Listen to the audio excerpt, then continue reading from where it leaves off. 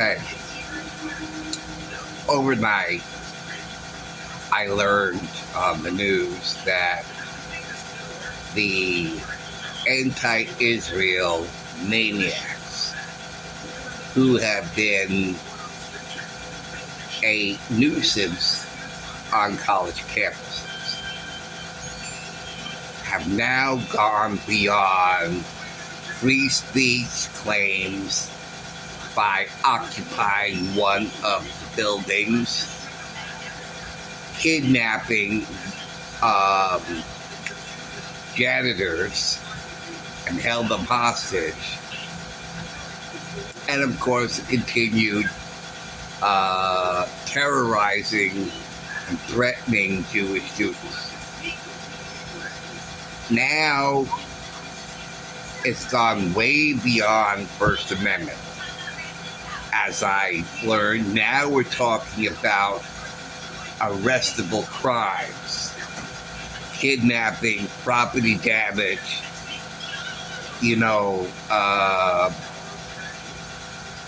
and so forth. Now,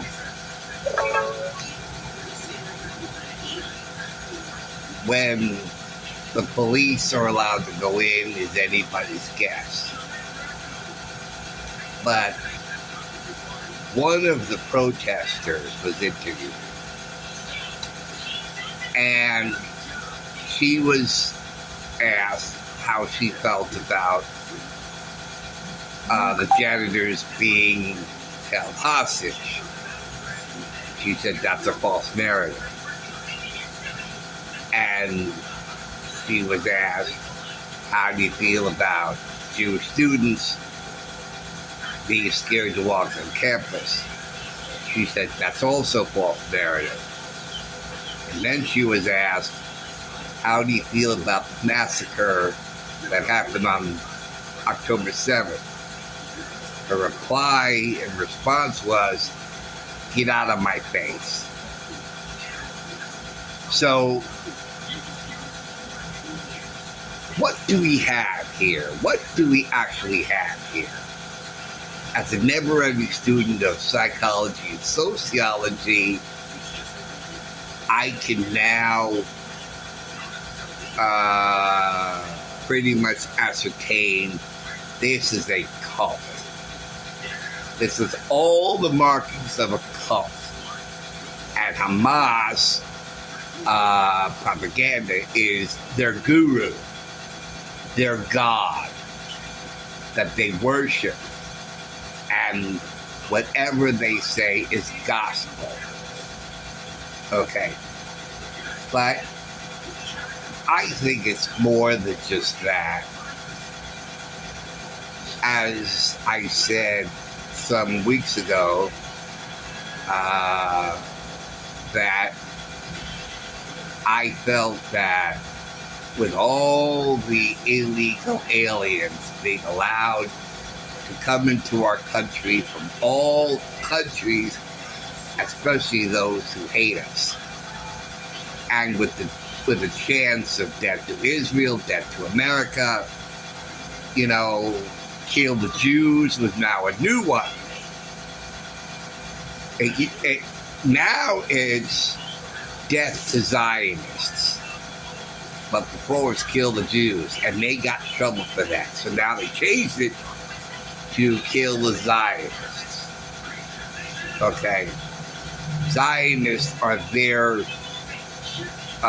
buzzword for Jewish people.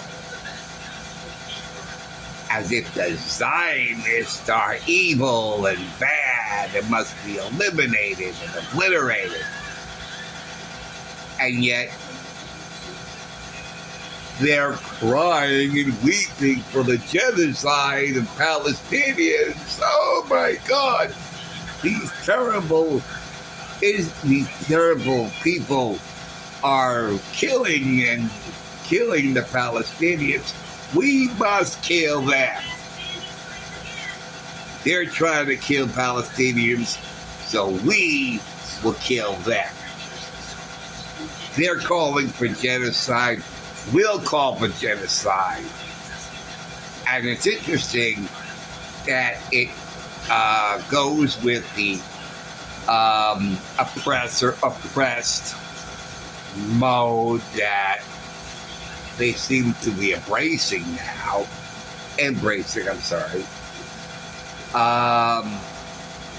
Who's the oppressor and the oppressed? Because now it's all switched over. It's now switched around. While they're saying the Israelis are the oppressor, the Jews are the oppressor, and the Palestinians are the oppressed. So we will become the oppressor, and the Jews will become the oppressed. So now that's what happens. Now it's switched over. It's switched around. So now how does it feel to be the oppressor? Because you were so upset about the oppressor attacking your precious Palestinians when that wasn't happening. Israel is not an apartheid state, never was. Palestinians receive the same rights and privileges as Jews and Christians. There are Christians who live there as well. Especially in Jerusalem, it's open to all faiths. The entire country is open to all faiths, including Christians. You destroy Israel, you will be angering a lot of Christians who now can no longer visit the sites of where Jesus walked. The tourism of Israel will be destroyed. The tourism will be gone. So how does that make you feel, you idiots? That you've destroyed an entire tourism industry of people coming to Israel to enjoy what Israel has to offer. You know. So, but now you are the oppressor, and Jews are the oppressed. And it's sickening. This is evil. This is evil, pure and simple. Because they are supporting a terrorist organization that used human beings as shields. And I mean, I still remember in 2005 when the Gaza Strip and Israel war broke out, when Israel said, okay, I'll let you have Gaza and settle that dispute. So in 2005, so we're talking almost 20 years ago, okay, and they started fighting against Israel, and any news about the truth of the conflict was smothered by Hamas, who only wanted to push out the propaganda that they are the right and Israel is the wrong. And I remember in 2005, almost 20 years ago, that Hamas is a known propagandist. They are known for propaganda and lies. And I remember an organization called Camera that works on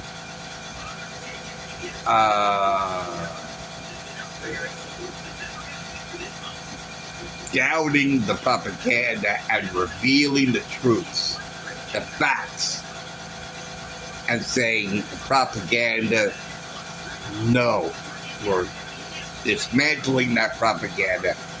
and we're going to share with the world the facts and truths. And I remember that organization camera, and I remember I was going to put that on my list of organizations to support and send my donations money to camera and so forth. And this was 2005. Okay. When it was known that they use human beings as shields and they lie about the situation.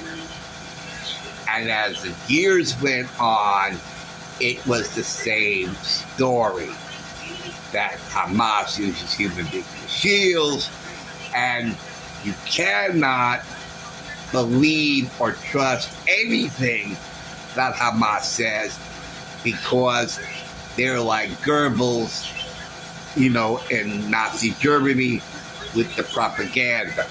The same propaganda that Hitler used when Hitler ordered a sneak attack on England in the middle of the night, where only few generals even knew, and nobody knew this, so that when England attacked in response, Hitler went on the radio and said, "Those evil English people, they attacked our country, they attacked your playgrounds, and murdered your kids while they were attacked.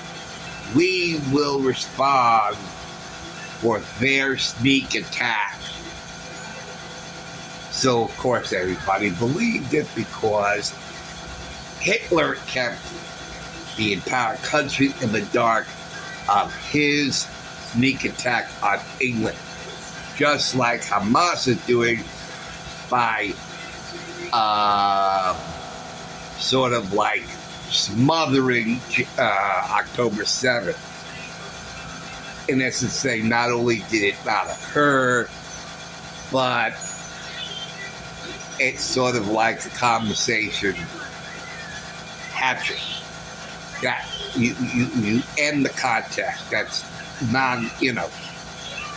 So all that is, circulated is Israel attacking Palestinians and this war against Palestinians.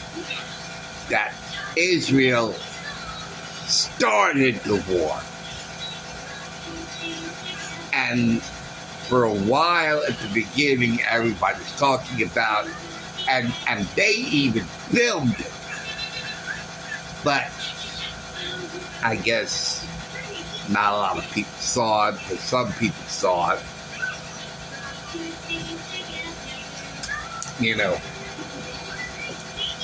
But what they're telling them several months later, is sort of like the same way that Hitler did with his sneak attack on England, so that he could get the countries supporting of him to wage war in England for their sneak attack on the country.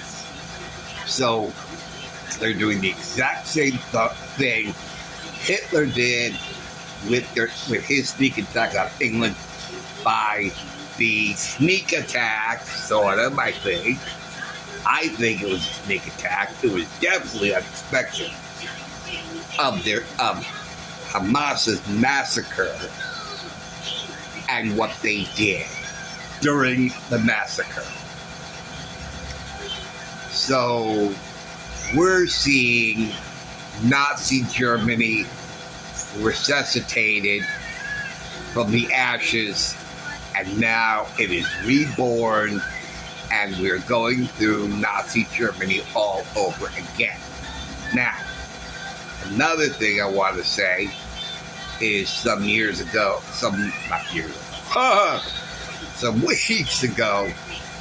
I said that something is going to give.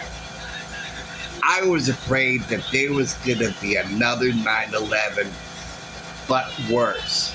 That I said I was afraid that this new 9/11 would be a exact copycat of the massacre on October 7th, but here in our country. and it will be all over the country.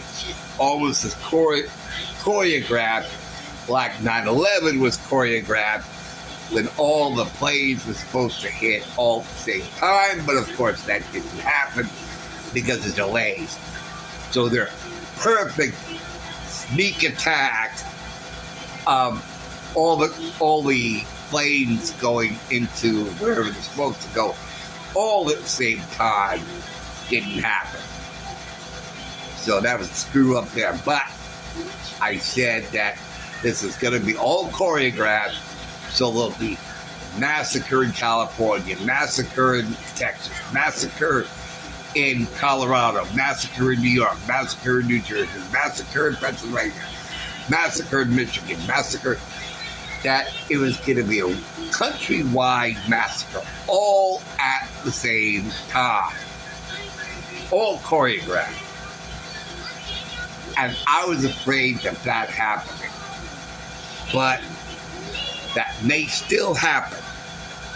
But right now, we're seeing a sort of like a preface to that with all of these anti-Israel, pro-Hamas, evil maniacs in all the college campuses throughout the country, all choreographed to occur pretty much all at the same time. So, I tell you, Trump's swearing in as the 47th president could not happen soon enough for me. So, anyway, that's pretty much what I want to say. So, thank you for watching. Thank you for listening in. I'll see you later. Take care, guys. See you soon.